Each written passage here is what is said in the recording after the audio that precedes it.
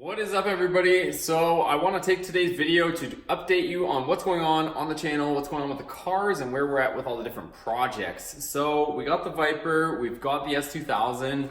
Both are pretty well sorted out at this point. If you guys have been with the channel for, fairly new, when we started this channel, we built the Viper on there. So if you guys go way back in the videos, if you guys are, not familiar with the channel too much, if you go way back in the videos, and I actually have a playlist, you'll see all the full build on the Viper. So I know some guys were asking about more Viper videos. I have probably at least 20 videos on this car of the full build. We took the car completely apart and put it back together just to run through a few of the things. Polyurethane bushings on the whole car. We rebuilt the power steering rack. We rebuilt the radiator, thermostat. We put silicone radiator hoses. We did a full exhaust, we did the wheels, we did suspension, we did a bunch of stuff. Short throw shifter, we did the transmission in it, lots of stuff on that. So we lowered it a bit more, and I'll talk about that in just a second, but it's now sitting way lower than before. In my personal opinion, I like it better the way it is now, but I'll show you that in just a second after it's settled. Also on the S2000, the full build is on this channel as well, going from Supercar Suspects old S2000 that fell off the lift and was totaled. According to the insurance company anyways, it went to an auction. We purchased it from another guy who actually gave up on the project, took it over, and now it's kind of what you see and what you guys have seen on the channel. So anyways, let me grab this camera, show you guys a few things, and talk a little bit more about what's up.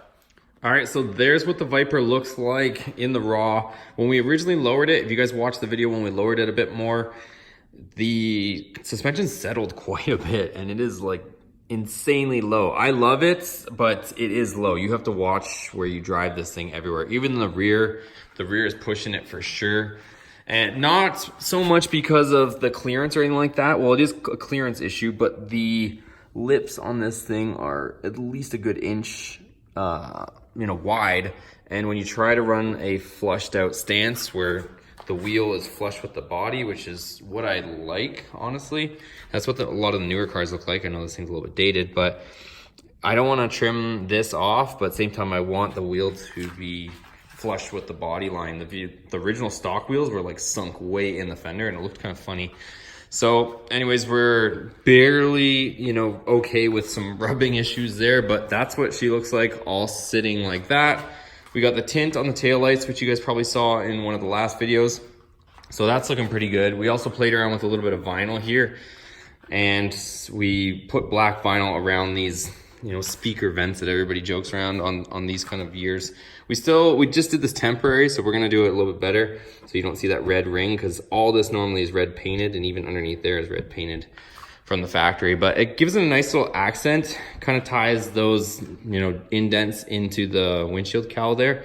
Talk about that in just a second.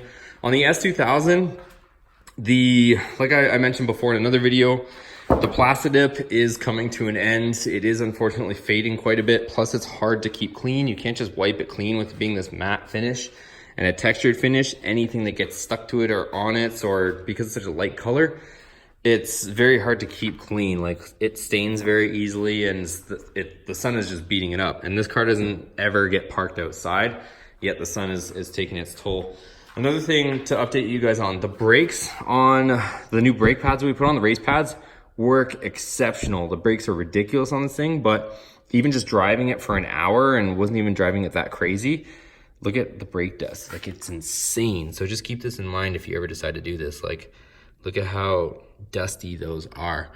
So the one thing about the race pads is they're harder on the rotors, and honestly, this is probably more rotor than pad on my finger here. You can see just how much it's really, chewing at the rotors. Like, there's almost a ridge there. So it's one of the things with race pads is there's such a hard compound to be able to tolerate the heat that the rotor itself actually wears. So that's probably more rotor than thing, but thank goodness those rotors are only 20 bucks a piece. So who cares, right? And the back, we don't really have that much brake dust, surprisingly. Exact same pads, but I mean, there's just a light film, but nothing in comparison to the front. So same deal again. We put all brand new rotors and those Raybestos pads on there, the ST43s, and they're working good. As far as the wing goes, This is working well. I mean, we have the downforce. The only thing I do have to attend to, and I'll show you guys anyways, full disclosure, is when we went to the track last time, it kind of split. It was so freaking hot out that this wing decided to split into two pieces. So at some point, we're gonna have to figure out what to put on that. I was honestly thinking, as funny as it sounds, I was thinking about putting some crazy glue on it because it's clear and it'll adhere that without having to, you know, re-sand and do all that, but just enough to make contact with it so that we can hold it back together. But I'll figure that out. It's not too bad just yet. And as far as the car itself, we are going to be going to the racetrack again shortly. It's almost getting back in a, you know, race event season where the weather's gonna start cooling down again. I might hit one this weekend. And if I don't hit that one this weekend, there's another one at the beginning of September that we definitely will be hitting. So it's kind of where we're at. It's supposed to be like 92 degrees this weekend. So, or I think about 90. So I'm just kind of, the only thing like with the high temperatures, it just takes a bigger toll on the car. So the oil, you know, the engine, everything just gets beat up a little bit more. Not that this thing can't handle it, but just something to keep in mind too. Just the tires wear out more. I mean, the tires are gonna be hotter, so they're gonna be a little more, you know, tires are gonna be a little more gooey and just melt away a little bit easier. So just something to consider. And I do wanna show you guys this. So if you guys didn't notice or didn't see on Instagram, we started making blue ones too. So right now, for those of you guys don't know, we have blue, white, red, black. These are about 9.5 inches wide, about 2 inches tall.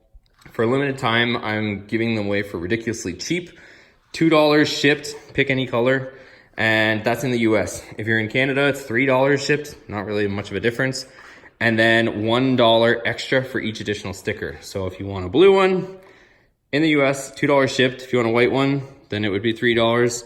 If you wanted an extra red one, it would be $4, and so on and so forth. So you guys get the idea. Get a hold of me however you guys want, Facebook, Instagram, email. And we'll get you guys hooked up with some stickers.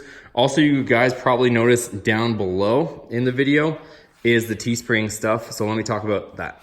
Okay, so down below, if you guys check out below on the video, you'll see the Teespring links now. So those are links where you can click on it. It'll take you to an online store where you guys can actually buy Boosted Motorsports merchandise. I'll have an example for you guys. I've already ordered some myself, and those should be showing up later this week. So it's gonna look identical to what you see on the website. It's the Boosted Motorsports logo across the front right now. Just pure, simple, but awesome looking design. And then this is V1, and afterwards we'll come up with a few other designs, and it's gonna be pretty cool. I'm excited to share with you guys some of this merchandise that I can offer now, but it's all gonna be handled by the third party on Teespring. So they'll do all the transaction, they'll ship it, all that good stuff. So everything will be handled by them. It'll be a cool thing. Also, it's cool because with the Teespring, you can see below in the videos, the links, and it'll go right from there. So it takes a little bit of work out of, you know, so I can just focus on the video aspect, and that stuff all gets handled there. But